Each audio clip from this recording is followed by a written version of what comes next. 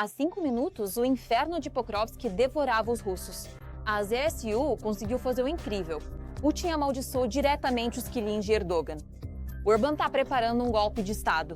A região húngara passará oficialmente para o armazém da Federação Russa. Choque. Os russos decepcionaram seriamente a sua própria equipe no momento crucial. Primeiros detalhes. Nossos homens capturaram Kadyrov. O regimento Akhmat se desfez diante dos nossos olhos. Os EA começaram um jogo perigoso. Ao Atanta desmonando. Tudo isso no nosso programa Ponto Infernal. Urgente, as Forças Armadas da Ucrânia encurralaram os russos em Stalovavecha e na direção de Pokrovsk. Você precisa ver isso. Depois desse massacre, os generais de Putin estão preparando um plano de fuga. Os restos do exército russo, ao que parece, finalmente perderam rumo. O choque húngaro pressionou o inimigo e mudou drasticamente o curso dos acontecimentos. Drones iniciaram uma missão secreta. O An-26 foi para o esquecimento, com um impacto que o mundo ainda não tinha visto. Menos 2. Navios russos carregados de árvores. Os primeiros detalhes na reportagem. A seguir. Caldeirão para os ocupantes em Pokrovsk. Analistas do projeto Deep State relataram avanços dos defensores ucranianos nos arredores noroeste da cidade. Em particular, os especialistas em Euzint informam que, como resultado de uma operação bem-sucedida, as forças de defesa bloquearam o inimigo. Ao mesmo tempo, enclaves inimigos ainda permanecem na parte central de Kupiansk. A operação começou com a criação de uma linha de bloqueio, isolando e cortando a guarnição inimiga na cidade e das principais vilas. As forças de defesa ocuparam relativamente perto Ryadkivka e Kindrashivka, além de terem colocado Golubevka sob controle de fogo. Depois disso foi feita a limpeza de Mianoi. O nome soviético de ocupação é Moskovka, assim como os arredores noroeste do próprio Kupiansk. Ao mesmo tempo, as forças de defesa continuam identificando e eliminando os ocupantes. A operação continua. O resultado de mais uma operação bem-sucedida das Forças Armadas da Ucrânia foi a destruição de uma coluna de equipamentos inimigos na direção de Pokrovsk. Os ocupantes tentaram aproveitar as condições climáticas e, usando veículos blindados, automóveis e motocicletas, romper do lado norte da cidade para o norte. Mas o plano falhou. No caminho, eles foram recebidos pelos combatentes do 7º Corpo de Assalto Aéreo e da 68ª Brigada de Caçadores. Já para os grupos de reconhecimento ucranianos, a neblina acabou sendo uma vantagem. Assim, os soldados da direção principal de inteligência, ainda na direção de Pokrovsk, conseguiram, graças à baixa visibilidade, se infiltrar na retaguarda inimiga.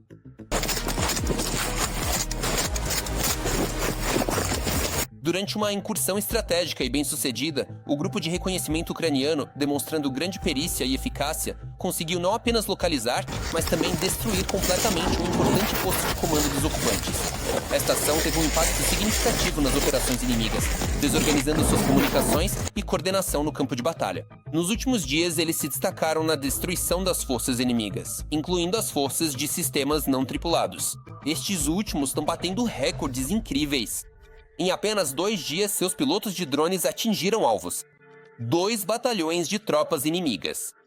E isso é só o começo. Esta noite, à minha frente, está o comandante das forças de sistemas não tripulados. E, como codinome, Madjar informou que só em um único dia incompleto, seus pilotos eliminaram 505 ocupantes.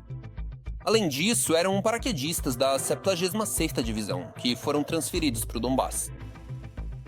Isso, tudo o que você precisa saber sobre a pressão constante na linha de frente.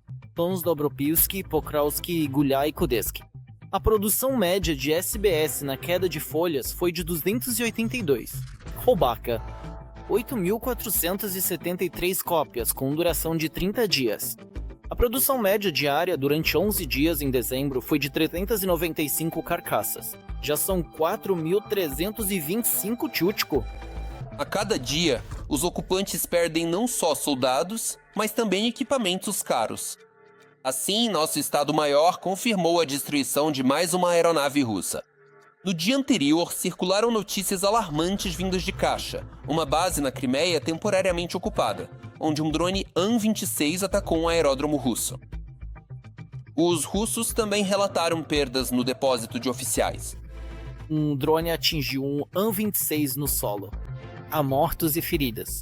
Mas Uma na borda, Notícias alarmantes chegaram ao comando russo vindas de uma fonte inesperada. As Forças de Operações Especiais Ucranianas, juntamente com o movimento rebelde Faísca Negra, realizaram uma operação bem-sucedida no Mar Cáspio. Próximo à costa da Kalmúquia, sabotadores conseguiram destruir 2 navios russos, que estavam transportando armas. Estamos falando de uma perspectiva sombria.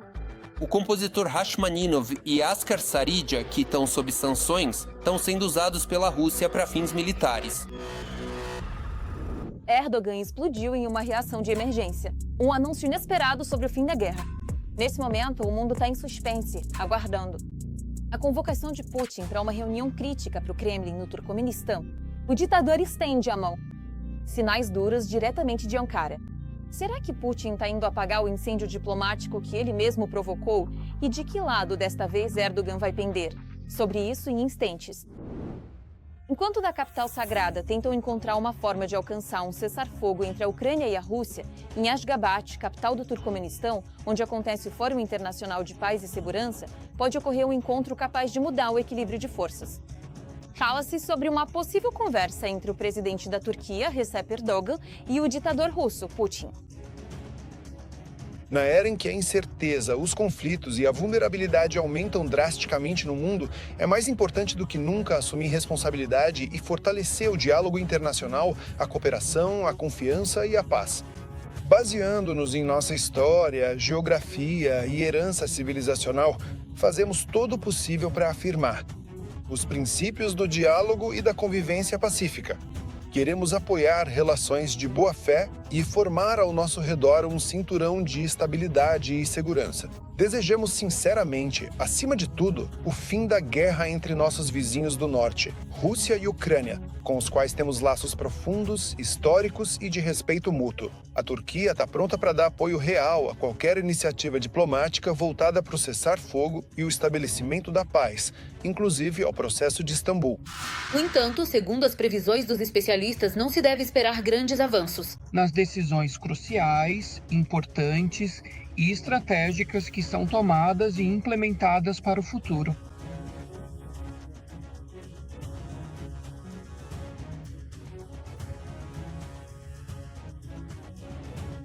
Por enquanto, sim. A navegação no Mar Negro, que é extremamente importante tanto para a Rússia quanto para a Ucrânia e também para a Turquia. É bem possível que algumas questões econômicas também sejam resolvidas. Afinal, há também a questão do South Stream, que passa pelo território da Turquia, e do Akuyu, além da construção de usinas nucleares em território turco pelos russos. Tudo isso também pode ser discutido. Portanto, não se trata apenas de um caminho militar, mas também de questões relacionadas. Com o caminho militar nas questões de economia e energia, que são extremamente importantes para todas as 3 partes. Em uma entrevista exclusiva à CNN, o ministro das Relações Exteriores da Turquia, Hakan Fidan, afirmou que a Ucrânia enfrenta agora uma escolha difícil e que a Europa deve ajudar o governo de Kiev a tomar a decisão certa. A Europa deve ajudar a Ucrânia a tomar certas decisões difíceis. Decisões junto com a Ucrânia. De fato, algumas decisões são muito difíceis para a Ucrânia. Mas para evitar grandes despesas, ou seja, para o bem maior, é necessário deixar de lado o mal, isto é, a maldade. Ou seja, é necessário fazer escolhas. Sei que é difícil para eles, especialmente a questão do território, que é incrivelmente complexa. Pesado? Que Deus não dê isso a ninguém. Para Ankara, isso não é apenas retórica diplomática. A Turquia está tentando recuperar seu status de mediadora, lembrando que foi justamente em Istambul, no verão passado, que aconteceram 3 rodadas de negociações. E que naquela época, sem ceticismo, as partes conseguiram avançar em algumas questões. Por exemplo, nas trocas humanitárias de prisioneiros e em alguns mecanismos de segurança. Isso preparou um subgrupo para negociações que continuam até hoje. Estamos prontos para desempenhar esse papel positivo. Veja, agora o Mar Negro se tornou um campo de batalha. A guerra se espalhou para o Mar Negro. Agora, no Mar Negro, navios mercantes e petroleiros estão sendo atacados. Ou seja, se a guerra continuar, ela vai se espalhar para outras regiões da Europa. Ou seja, Deus me livre, ela precisa parar aqui. Mas será que mais uma rodada de conversas pode aproximar a paz na Ucrânia? A questão continua em aberto. Os detalhes de um possível encontro entre Erdogan e Putin ainda permanecem nebulosos. Nem Ankara nem Moscou dão confirmações diretas, limitando-se a insinuações e formulações cautelosas. No entanto, uma coisa é óbvia: qualquer contato entre eles inevitavelmente diz respeito ao tema da guerra. E é importante lembrar que a Turquia reiterou repetidamente seu apoio à integridade territorial da Ucrânia e espera desempenhar um papel de mediadora. Alabas portam.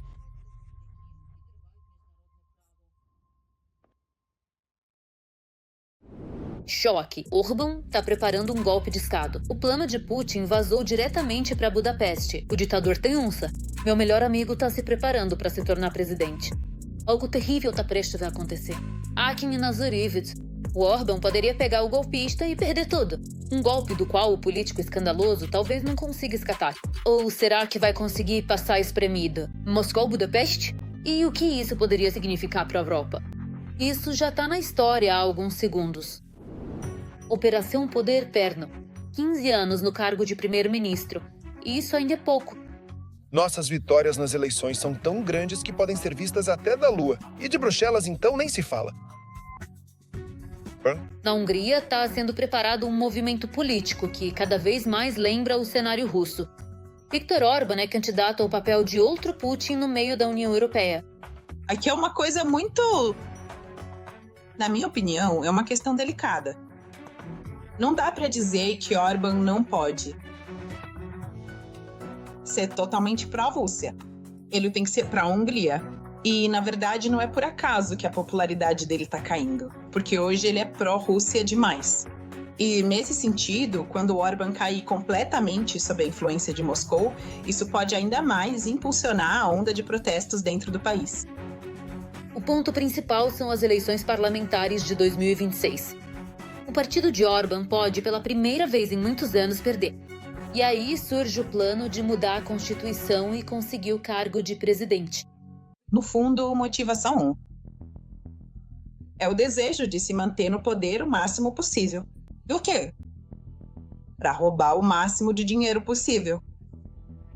E, na verdade, manter-se no poder também é algo prazeroso para ele. É bem possível que o novo governo investigue aqueles crimes claramente criminais que ele e seu círculo cometeram enquanto estavam no poder. Atualmente, a Hungria é uma república parlamentar, onde as decisões são tomadas pelos deputados e pelo governo. Orbán quer mudar o modelo de poder, tornando o presidente a figura central, capaz de controlar as importantes e cruciais decisões. Chave crucial. Outra questão fundamental é o que a União Europeia em Bruxelas fará exatamente nessa situação complexa. E, igualmente importante, o que o povo, os cidadãos, farão nessa situação desafiadora. Orbán já é muito tempo aliado de Putin, então a questão sobre um possível apoio de Moscou... A situação permanece em aberto, o que significa que ainda não há uma decisão final ou um desfecho claro. A questão continua a ser debatida e analisada, sem uma resolução definitiva à vista. A incerteza persiste, e todas as possibilidades permanecem válidas e em consideração, aguardando novos desenvolvimentos ou informações adicionais que possam influenciar o resultado. Portanto, o cenário atual ainda não está concluído e pode sofrer alterações significativas. E lá estarão todos os tipos de estrategistas políticos russos, propagandistas e tudo mais desse tipo. Como as mudanças no sistema de poder podem impactar a Hungria? Para a Hungria, isso significará um forte agravamento das contradições internas e, possivelmente, o surgimento de protestos em massa que podem se transformar em uma revolução. Se a popularidade está caindo, significa que a posição de Orbán não é interessante. Húngaro. Se eles preferem uma posição diferente em relação à Hungria e Orbán quer usar a força para acabar com tudo para todos, bem, isto não é Moscou, por assim dizer, e é improvável que a Hungria esteja disposta a engolir tudo isso. O tema principal é a atitude. Budapeste com fiel. A Ucrânia não é um Estado independente. A Ucrânia não é um Estado soberano. Resvi, você está controlando a Ucrânia. É impedido pelo Ocidente. Fornecemos armas à Ucrânia. A Ucrânia não deve se comportar como um país soberano. O papel de Orbán também pode se estender à Ucrânia. É claro que isso terá um impacto, mas para a Ucrânia, sem dúvida. Porque quanto mais Orbán cai nos braços do Kremlin, pior fica. Assim, ele já começa a promover a tese de que, bom, É claro que é preciso fazer a paz a qualquer custo. E dividir a Ucrânia. Ou seja, Orbán vai promover a tese do Kremlin sobre a divisão da Ucrânia. Na minha opinião, isso é óbvio.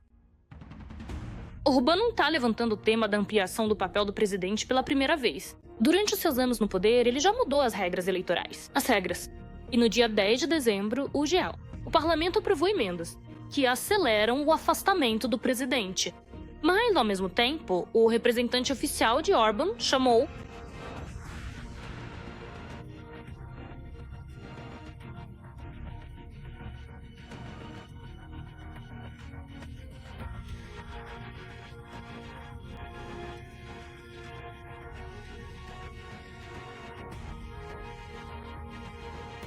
Amanhã haverá aumento dos poderes do presidente. Tá claro para onde isso está indo. Mas, de novo, se acreditarmos nas pesquisas, entendemos que Orbán, muito provavelmente, vai perder as eleições da primavera. E é por isso que ele já está tentando fazer alguma coisa agora.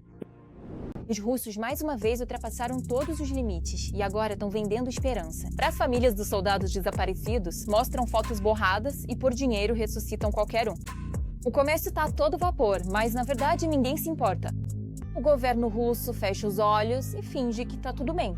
Divisão interna entre os inimigos. Não perca os primeiros detalhes a seguir. Com o início da chamada Operação Militar Especial, na Rússia surgiram fundos que procuram soldados russos desaparecidos na Ucrânia. E há também russos empreendedores que começaram a lucrar com a morte dos próprios compatriotas. Golpistas enviam mensagens falsas pela internet. Em nome de um voluntário do Fundo Defensores da Pátria, oferecem ajuda para encontrar combatentes desaparecidos da Operação Especial na região de Irkutsk.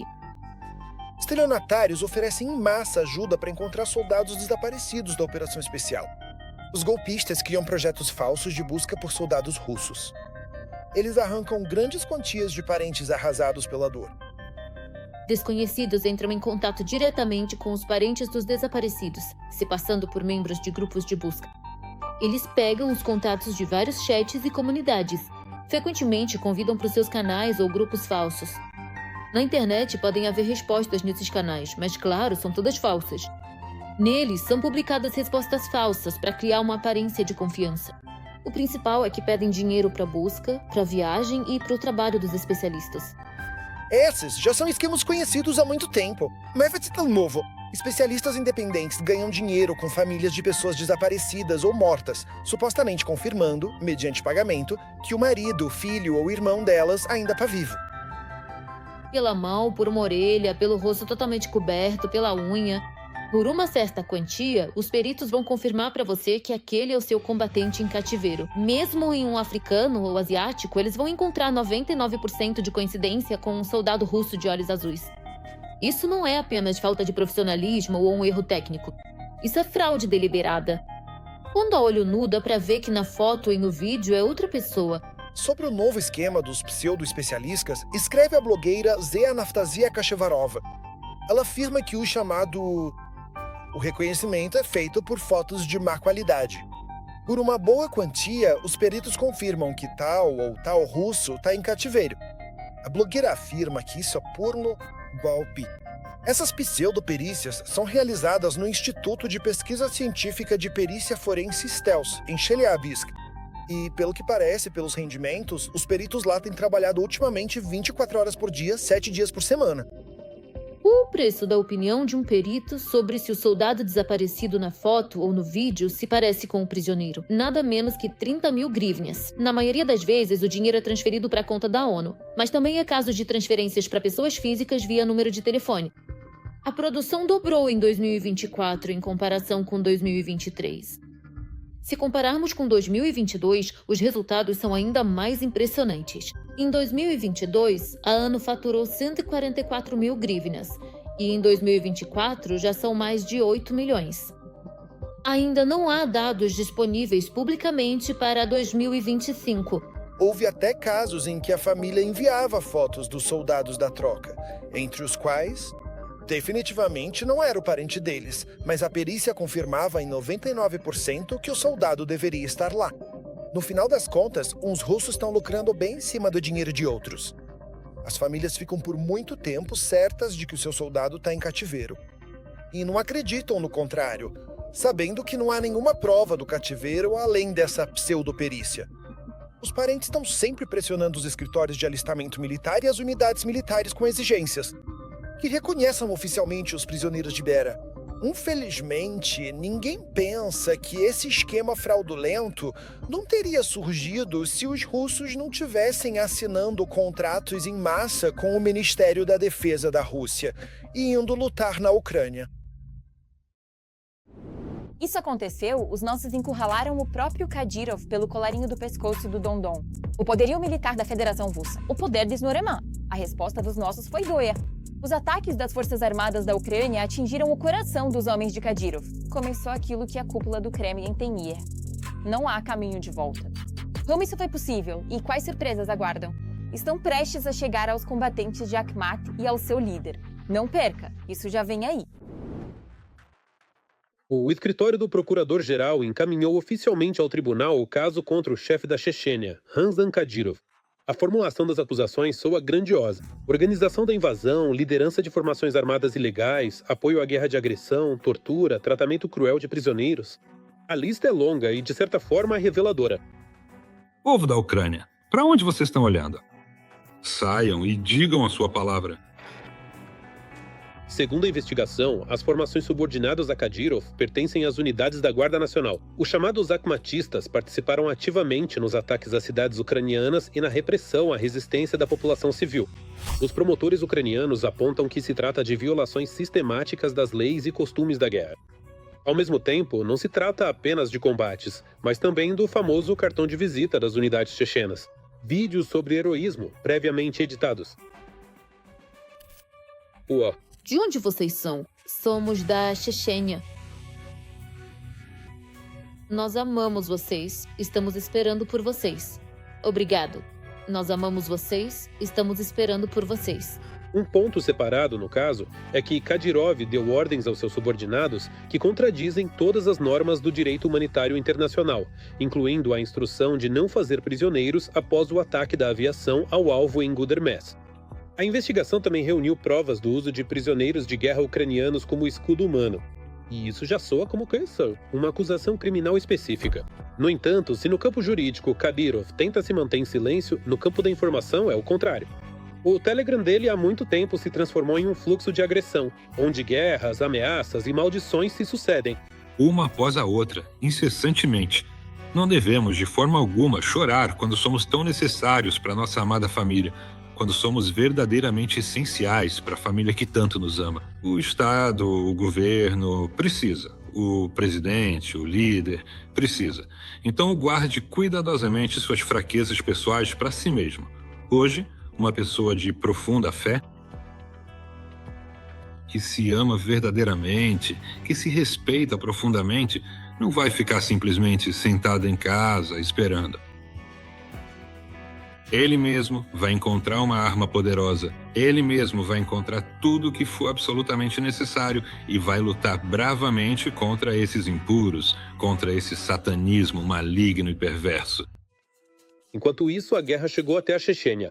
Drones ucranianos estão cada vez mais atacando alvos ligados às suas estruturas. Imagens dos recentes ataques a Gudermes e outros alvos dentro da República se espalharam pela internet. Isso é uma reviravolta inesperada para as pessoas que por muitos anos consideraram sua região uma fortaleza intocável. Uma manhã explosiva para Kadyrov. Drones ucranianos romperam a tão elogiada defesa e atingiram diretamente as torres de elite da Grozny Sili. É simbólico que os escritórios do Conselho de Segurança e das Forças de Segurança tenham sido atingidos. Já é o segundo ataque bem-sucedido em uma semana. Primeiro o FSB, agora o centro da capital. A reação de Kadyrov, como sempre, é barulhenta. Promessas de vingança sombria, discursos sobre a Ucrânia fascista, declarações de que cada ataque à Chechênia terá consequências fatais. Ele chegou a anunciar que estava disposto a pagar os seus combatentes por cada drone ucraniano abatido. Vocês provavelmente já ouviram que os Ukracheitãs destruíram a infraestrutura militar da República Chechena. Destruíram equipamentos, a fábrica Bapala, tudo o que quiserem lá, mas não um alvo civil. Quero dizer que eles não fizeram nada. Só quebraram os vidros. Vamos responder com dureza. Nossos alvos serão apenas alvos militares, e vocês veem como é impossível segurar a República Chechena e a Rússia como um todo. Essa agressividade pública há muito tempo faz parte da sua imagem política. Reações do tipo, eu mostro, nós respondemos, isso foi um erro, aparecem toda semana, às vezes todo dia. Lutamos, lutaremos e continuaremos a destruir essa cultura. Quero declarar, dizer a todos quem...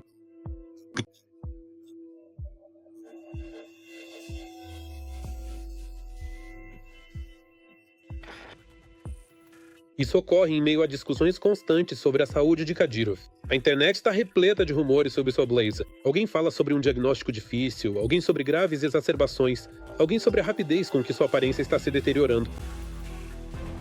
Todos nós vemos, não só eu, mas todos nós vemos em que estado ele está, como ele se move, como ele fala.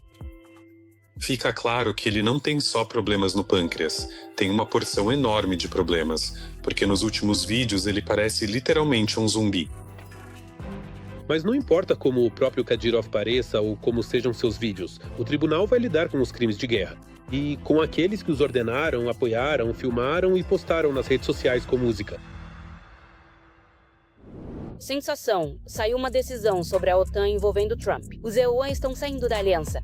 A nova estratégia de Washington chocou a todos. A Europa não consegue conter as emoções. O chefe da Casa Branca surpreendeu a todos com suas declarações. Declarações impactantes que dão arrepios. A Europa está se despindo. É o começo da divisão. Será que, nesse exato momento, a OTAN está se desfazendo? E o que vai acontecer depois? Sobre isso em instantes. O membro da Câmara dos Representantes dos Estados Unidos, o republicano Thomas Massie, apresentou um projeto de lei para a saída dos Estados Unidos da OTAN.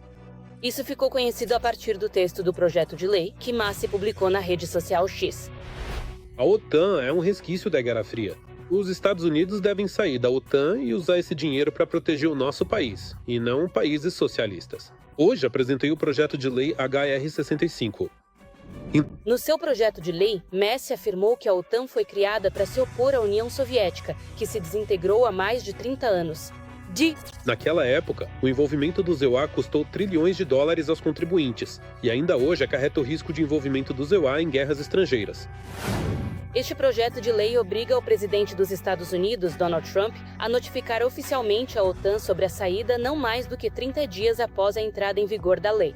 Além disso, o documento afirma que o objetivo inicial do bloco durante a Guerra Fria já não corresponde mais aos interesses nacionais dos Estados Unidos.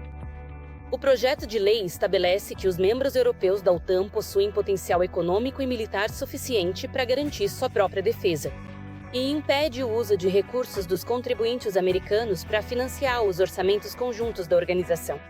Mas, para entender completamente essa declaração desse republicano, primeiro é preciso saber quem é esse Thomas Massie.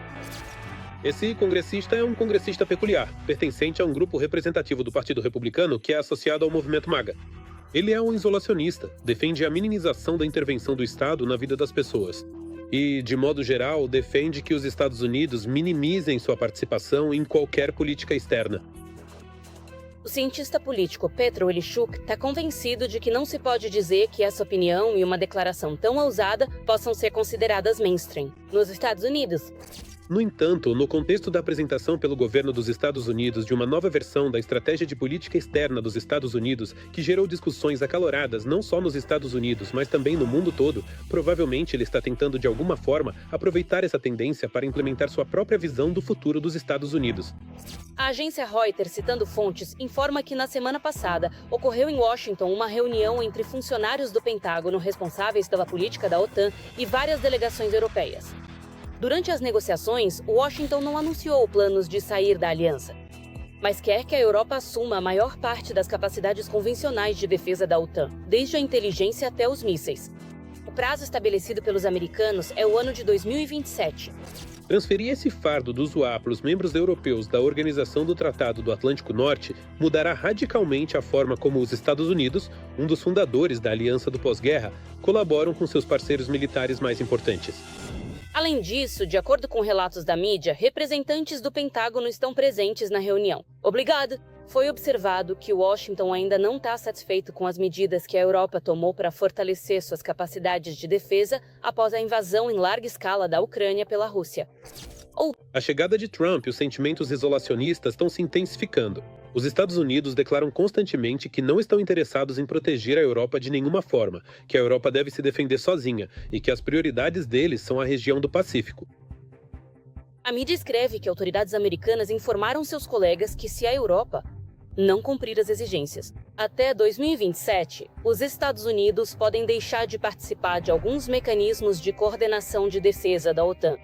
Qual é a particularidade dessa estratégia? Embora a estratégia não preveja diretamente a saída dos Estados Unidos da OTAN, ela deixa claro que os Estados Unidos vão reduzir sua participação nos programas da OTAN e que os europeus, juntos, terão que se defender sozinhos. No geral, a defesa da Europa não é um problema dos Estados Unidos. Ao mesmo tempo, vários funcionários europeus declararam que o prazo até 2021 ainda não está decidido. O ano de 2027 é irrealista.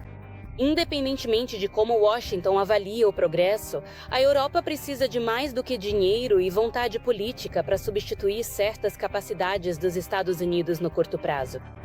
Deixamos claro a necessidade de que os europeus liderem, é claro, a defesa da Europa.